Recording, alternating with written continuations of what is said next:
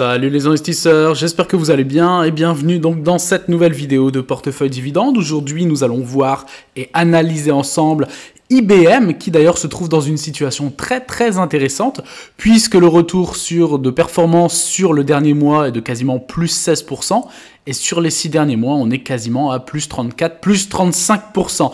Mais avant, n'hésitez pas à vous abonner, à liker, à partager, vous connaissez la chanson? Let's go, c'est parti! Par la même occasion, pour les gens souhaitant démarrer l'investissement et souhaitant également avoir donc des bases plus ou moins solides avec certaines entreprises de qualité, j'ai mis à jour la fameuse liste des Dividend King pour cette année 2024. En tout cas, la mise à jour a été faite il n'y a pas très longtemps, en janvier 2024. Donc elle répertorie à peu près une cinquantaine de sociétés, donc c'est quand même très minime. Donc 50 sociétés qui versent des dividendes depuis minimum 50 années consécutivement. Vous pouvez les télécharger en lien sous la vidéo. Et pour ceux l'ayant déjà téléchargé, eh bien, ça se fait automatiquement. La mise à jour se fait automatiquement. Et donc au moment où je tourne la vidéo, le prix du cours de l'action de IBM est de 189,03 $, 188,87 $ très précisément. On passe maintenant ici donc directement sur Finviz pour voir un petit peu la map en général et donc ici plus particulièrement la map des technologies de l'information. Vous voyez, donc IBM est classé ici donc à moins 0,73% depuis l'ouverture des marchés.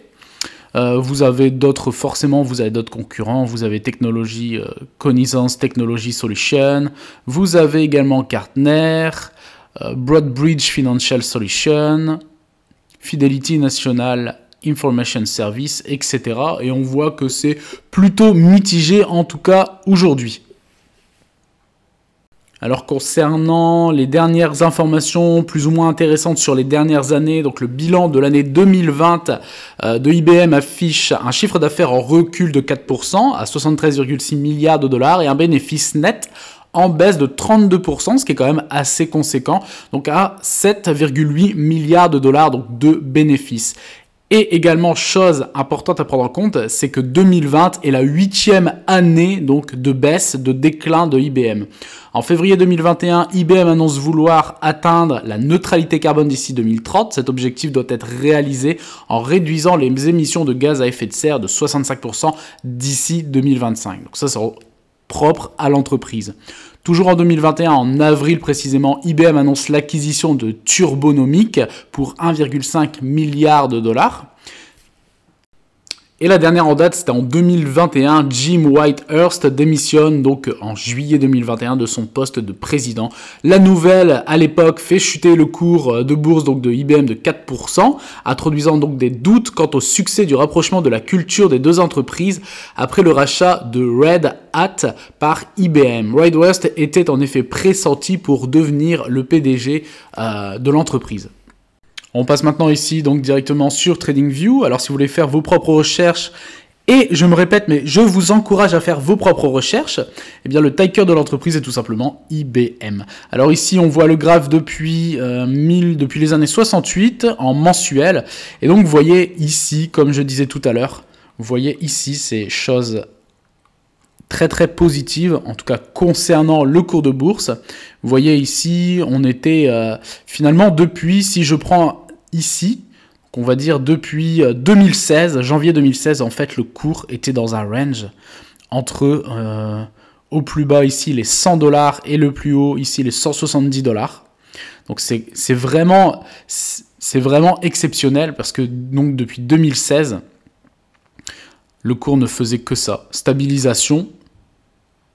Et là ici, depuis ce début du mois, nous venons de casser ici le potentiel support des 170 $. Et donc vous voyez, en l'espace de quelques jours, un mois grand maximum, on se retrouve littéralement propulsé pour aller même chercher un plus haut ici sur le mois de janvier à quasiment 200 $, 197 très précisément. Et donc ça c'est très positif pour les semaines et les mois à venir, en tout cas pour le cours de bourse et la performance d'IBM. Et d'ailleurs, petite chose à préciser, alors je ne suis absolument pas trader, mais Quand vous avez des ranges comme ça qui durent depuis des années et des années, à un moment donné, quand il y a une news plus ou moins positive sur, je sais pas, là je prends l'exemple, admettons, de l'intelligence artificielle ou des puces, puisque ça fait partie du domaine technologique, donc je prends ça comme exemple, eh bien, au bout d'un moment, quand les supports psychologiques sont cassés, eh bien, le prix est propulsé à la hausse, et ça peut vite, très très vite rejoindre, eh bien, le plus haut historique connu, eh bien ça c'était en 2013, vous voyez, donc ça date de quasiment plus de 10 ans, 11 ans maintenant, aux alentours des 207, bon d'ailleurs on n'en est pas très loin finalement, et après, si vraiment au niveau de l'aspect psychologique, eh bien ça continue à la hausse, donc c'est-à-dire l'effet acheteur, eh bien en fait le titre peut continuer à monter sans aucun problème. D'ailleurs, une chose que j'ai remarqué, n'hésitez pas à mettre en commentaire si vous pensez la même chose, mais en fait j'ai remarqué que sur beaucoup de titres aux alentours des 100, 150, 200 $, quand il y a une baisse depuis plusieurs années, je parle en bourse, eh bien il y a un support psychologique des 100 $ qui est toujours très très important. Alors ici, si on revient sur les décennies en arrière, eh bien, il y avait eu cette hausse depuis le cycle que nous avons tous connu, avec bon nombre d'entreprises, bien entendu, depuis l'après crise des subprimes. Et donc, je pense également que, déjà dans un premier temps, IBM, on n'a pas énormément parlé d'IBM par rapport aux autres valeurs tech qui sont potentiellement beaucoup plus importantes et qui sont vraiment référencées partout dans les médias. Et je pense également qu'IBM a sans doute loupé beaucoup d'opportunités sur les 10 dernières années. Alors à voir comment l'entreprise va se développer, va continuer à perdurer et se développer. On verra également avec les chiffres juste après. Mais en tout cas ici, c'est un très très bon signe concernant potentiellement un futur cycle haussier ou en tout cas le début de quelque chose. Après, plus d'une dizaine d'années à ne rien faire, très clairement. On passe ici sur Seeking Alpha pour voir un petit peu les performances à court, moyen et long terme concernant IBM. Donc si vous aviez investi il y a à peu près un an, vous seriez déjà à quasiment plus 34% de performance sur votre ligne IBM. Si vous aviez investi sur les 5 dernières années, vous seriez à plus 47% de performance sur IBM. Sur les 10 dernières années, on serait aux alentours des 12%. Et au maximum, si on peut rêver un petit peu, on serait, alors le maximum ici sur Seeking Alpha c'est 1994, ça fait quand même une sacrée performance de plus 1265%. Alors je doute bien entendu qu'il y ait des investisseurs ayant investi déjà à l'époque en 94, 96, même les années 2000, mais dans tous les cas, ça donne une idée de... quand on investit finalement sur des sociétés qui sont quand même de très très grosse qualité, avec des fondamentaux très très solides, ce que ça peut donner, même s'il y a bien entendu des périodes difficiles dans la vie d'une entreprise, mais ce que ça peut donner finalement sur une dizaine d'années, une vingtaine d'années. Alors on passe maintenant ici donc sur dividende.com, puisque bien entendu IBM, comme toute société américaine, comme la plupart bien entendu, et également la culture du dividende. Donc IBM verse un dividende de 6,64 $ pour une action. Et donc par rapport au prix actuel du cours de bourse, donc les 6,64 $ de dividendes divisé par le cours de bourse actuel aux alentours des 190 $, ça nous fait un rendement qui reste plutôt honorable malgré la hausse de ces dernières semaines, de l'ordre de 3,49%. Donc c'est largement mieux que le secteur des technologies en général qui lui a un rendement de 1,37%. Concernant ici le average price recovery, il faut 15 jours à l'entreprise pour qu'elle retrouve son cours de bourse avant le détachement des dividendes, donc c'est quelque chose de très très rapide. Donc quand IBM verse ses dividendes, 15 jours après en moyenne, le cours de bourse retrouve son prix d'avant le détachement du dividende. Concernant le payout ratio ici, donc le ratio de distribution, il est très très correct, il est de 62%. Donc ça veut dire qu'il reste encore 38% de cash à l'entreprise, de trésorerie, après le versement des dividendes à ses actionnaires, pour pouvoir continuer à créer potentiellement des puces électroniques, des brevets, faire potentiellement des achats, des acquisitions de start-up, etc. pour continuer à se développer. Concernant le versement des dividendes, eh bien, ça fait 28 années d'affilée que IBM verse des dividendes de façon croissante. Donc, c'est quand même très, très bien. Parce que, si je ne dis pas de bêtises, et petit aparté, mais dans les valeurs technologiques, il n'y a pas énormément de sociétés versant des dividendes. Il y a Microsoft. Mais sinon, ça reste... il y a Google également, mais c'est très, très faible. Donc, si je ne dis pas de bêtises, IBM, dans le secteur des technologies, est au summum concernant les dividendes. Concernant la fréquence du versement des dividendes, c'est de façon trimestrielle, comme la majorité des sociétés aux États-Unis. Concernant ici le versement des dividendes, le dernier dividende versé par IBM, donc ça a été effectué le 9 décembre pour un montant de 1,66$ par action, donc ça c'est au niveau trimestriel, et le prochain dividende versé sera versé le 8 mars pour un même montant, c'est-à-dire 1,66$ également, et donc toujours au niveau trimestriel. Concernant maintenant ici donc l'historique du versement des dividendes, donc 2023 6,63, 2022 6,59, 2021 6,55, 2020 6,51, 2019 6,43, 2018 6,21, 2017 5,90, 2016 5,50, 2015 $5, 2014 4,25, 2013 3,70, 2012 3,30, 2011 2,90, 2010 2,50, 2009 2,15, 2008 1,90, 2007 1,50, 2006 1,10 et ainsi de suite. Et donc chose assez intéressante, c'est que dans les années 2000, vous voyez, même si je descends ici, 2005 78 centimes, donc de 2005 à 2006, on est sur du plus 41% de croissance, de 2006 à 2007, plus 36% de croissance, 2007 à 2008, quasiment 27% de croissance. Donc on est vraiment sur une croissance très très importante en cette période. Donc ça commence légèrement à se réduire. De 2008 à 2009, on est toujours à deux chiffres, mais à 13% de croissance, d'augmentation. 2009 à 2010, pareil, 16%. Toujours 16% entre 2010 et 2011. Toujours pareil, 2011 à 2012, quasiment 14%, 12% entre 2012 et 2013, quasiment 15% entre 2013 et 2014. Donc vous voyez, pendant cette période, eh bien, c'était une croissance qui était très très dynamique, très très soutenue et très très importante également. De 2014 à 2015, 17,6, et là, à partir de 2016, ça commence à se réduire en termes de croissance. Donc on voit que IBM était dans une phase potentiellement d'expansion sur certains domaines, et petit à petit, eh bien, elle arrive sans doute à maturité, et peut-être même parce qu'il y a énormément de concurrence, donc est concurrencée, et donc réduit petit à petit, en fonction de ses chiffres, bien entendu, de ses résultats, mais réduit petit à petit la croissance. Mais ça, c'est quelque chose de cyclique dans la vie de toute entreprise. Et donc ici, 2016 à 2017, 7,27% de croissance. Vous voyez, on continue à baisser. 2017 à 2018, 5%. Donc là, on passe à un chiffre. 2018 à 2019, 3,5%.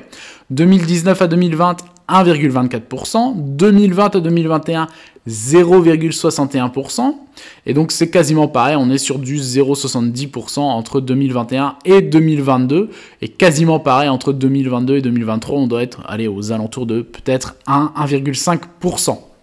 On passe maintenant ici donc sur Morning, donc ici concernant le rendement, toujours pareil, 3,80, 3,82. Concernant la sûreté du dividende, c'est plutôt sûr, noté 13 sur 20, ce qui est tout à fait cohérent. J'aurais peut-être même mis 15 en fonction de l'historique du versement des dividendes. Concernant ici la croissance du cours de bourse, on est à 13, donc c'est plutôt correct, mais je pense que ça va vite évoluer à la hausse, aux alentours des 14, 15, 16, puisqu'on est là, comme on l'a vu sur TradingView, on a cassé un support psychologique depuis 2016, donc on va dire depuis 8 ans maintenant, donc ça peut potentiellement continuer à monter.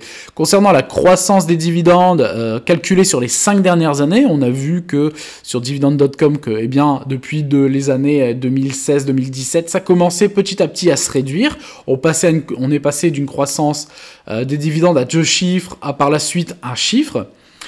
Donc 2% par an, donc là depuis ces 5 dernières années c'est pas forcément énorme, mais Tant que ça reste régulier et en augmentation, c'est ce que nous voulons, nous, en tant qu'investisseurs avec stratégie à dividende. Concernant la capitalisation boursière de l'entreprise, c'est quand même 160 milliards de dollars, donc ce n'est absolument pas rien, bien au contraire. Concernant ici le ratio cours par rapport au bénéfice, c'est-à-dire le PER, le Price to Earning, eh bien il est de quasiment un ratio de 22,5. Je pense qu'il a littéralement explosé à partir du mois de janvier avec la hausse que nous avons vue récemment. Et donc je pense que l'entreprise est maintenant surévaluée très clairement. Et donc, ça peut continuer psychologiquement à aller sur des plus hauts et même dépasser le plus haut historique. Donc, ça veut dire ici que pour 1 dollar de bénéfice généré par IBM, eh bien, à l'heure actuelle, les investisseurs sont prêts à payer 22,5 fois le prix. Concernant ici le bénéfice par action, eh bien, il est potentiellement de 7,76 dollars par action.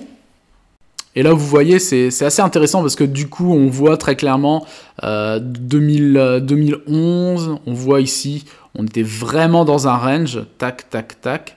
Et vous voyez ici, donc ça vient d'être cassé depuis très clairement fin d'année, mais surtout de là, début d'année, où là, il y a quelque chose qui se passe très clairement. Concernant ici, du coup, le comparatif des performances entre IBM, les différents indices, c'est-à-dire S&P 500 et Nasdaq, et le secteur des technologies. Donc IBM sur un an, c'est plus 49%, le S&P 500, c'est plus 22%, le Nasdaq, c'est plus 49%, et le secteur des technologies, c'est plus 46%. Et le retour de performance sur les 5 dernières années, c'est plus 90% pour IBM, plus 84% pour le S&P, plus 160% pour le Nasdaq et plus quasiment 200% pour le secteur des technologies. Mais on voit très clairement que sur un an, IBM tient tête aux deux indices, même pulvérise le S&P 500, mais tient tête sinon aux deux indices, très clairement, et au secteur des technologies, ça c'est très important. Et le retour sur les 5 dernières années, c'est exactement pareil.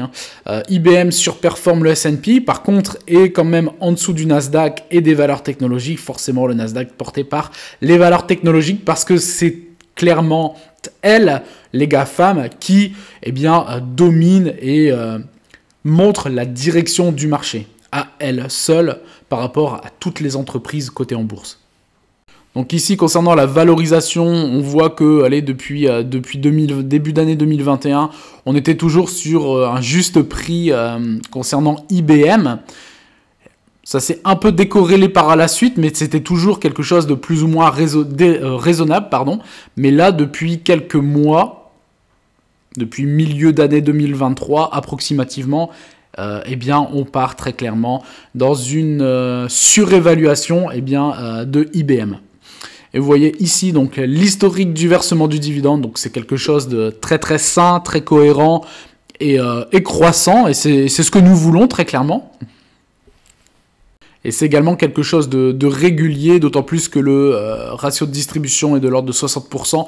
Donc l'entreprise a encore de belles années devant elle, en fonction des résultats bien entendu, mais a sans doute de belles années encore de développement devant elle, et également à une marge pour la distribution future des dividendes. On passe maintenant ici donc sur le compte de résultats et vous voyez pourtant depuis 2018 on voit donc là les graphiques sont au niveau annuel, on voit qu'il y a une baisse en 2019-2020, stabilisation à partir de 2021, vous voyez, et ça remonte légèrement mais c'est quelque chose de pas énorme non plus. Vous voyez, alors 2018, c'était 79,6 milliards de dollars de chiffre d'affaires pour un bénéfice de 8,7 milliards de dollars donc de bénéfices. En 2019, quand même une sacrée baisse, on passe à 57,7 milliards de dollars de chiffre d'affaires pour 9,4 milliards de dollars de bénéfices. Donc là, par contre, le bénéfice augmente. Le chiffre d'affaires diminue assez fortement, plus de 20 milliards de dollars en moins en termes de chiffre d'affaires. Vous voyez ici 2020, c'est quasiment équivalent, légère baisse encore de 2 milliards, passant à 55,2 milliards de dollars de chiffre d'affaires. Par contre, à bénéfice qui perd 4 milliards de dollars, on passe à 5,6 milliards de dollars en 2020. 2021, ça reste léger, une légère augmentation, mais c'est plus de l'ordre de la stabilité, on pourrait dire, passant à un chiffre d'affaires donc de 57,3 milliards de dollars et un bénéfice de 5,7 milliards de dollars. Donc pareil, le bénéfice c'est quasiment kiff-kiff. Et 2022, on repart sur une légère hausse, en tout cas pour le chiffre d'affaires, passant à 60,5 milliards de dollars de chiffre d'affaires. Par contre, les bénéfices ont nettement diminué, passant à 1,6 milliard de dollars. Donc si on calcule maintenant les 3 premiers trimestres de l'année 2023, donc c'était 14,25 milliards de dollars pour le premier trimestre 2023, 15,48 pour le deuxième trimestre, et le troisième trimestre, c'était plus 14,75 milliards. Donc sur les 3 premiers trimestres de l'année 2023, IBM avait déjà généré 44,48 milliards de dollars de chiffre d'affaires. Du coup, si on revient par rapport à l'année 2022, si IBM reste aux alentours des 14 milliards à peu près, elle serait quasiment pareille en termes de chiffre d'affaires que 2022. Donc à voir concernant les résultats annuels finalement de l'entreprise. Et donc si on passe maintenant au niveau trimestriel concernant le bénéfice généré, donc c'était 1,58 pour le deuxième trimestre, plus 1,7 pour le troisième trimestre, et je reviens sur le premier trimestre, plus 0,927. Donc ça fait 4,2 milliards de dollars de bénéfices pour les 3 premiers trimestres de l'année 2023, donc de IBM, donc très clairement 4,20 milliards de dollars. Eh bien, à peu de choses près, l'entreprise, donc clairement, elle explose ses résultats par rapport à 2022, mais elle arriverait sans doute au minimum aux résultats de 2021 et de 2020. Et en fonction de ces résultats, elle pourrait même dépasser l'attente potentielle des investisseurs et des analystes. Et pour terminer ici, eh bien, on va terminer donc sur les dernières news. Et d'ailleurs, j'avais même pas vu en termes de news, mais quand j'avais dit finalement, je prends l'exemple de l'intelligence artificielle, de l'AI, etc. Bon, après, c'est un peu l'actualité depuis 1 an et demi, 2 ans maintenant. Et forcément, comme c'est une valeur technologique. Donc, les actions d'IBM ont augmenté de 12%, atteignant son plus haut niveau. Après l'annonce donc des perspectives de revenus supérieures aux prévisions, vous voyez. Donc ça, c'est quelque chose de positif. Donc l'action IBM atteint son plus haut niveau depuis, tenez-vous bien, 10 ans maintenant, grâce à des perspectives optimistes en matière d'AI.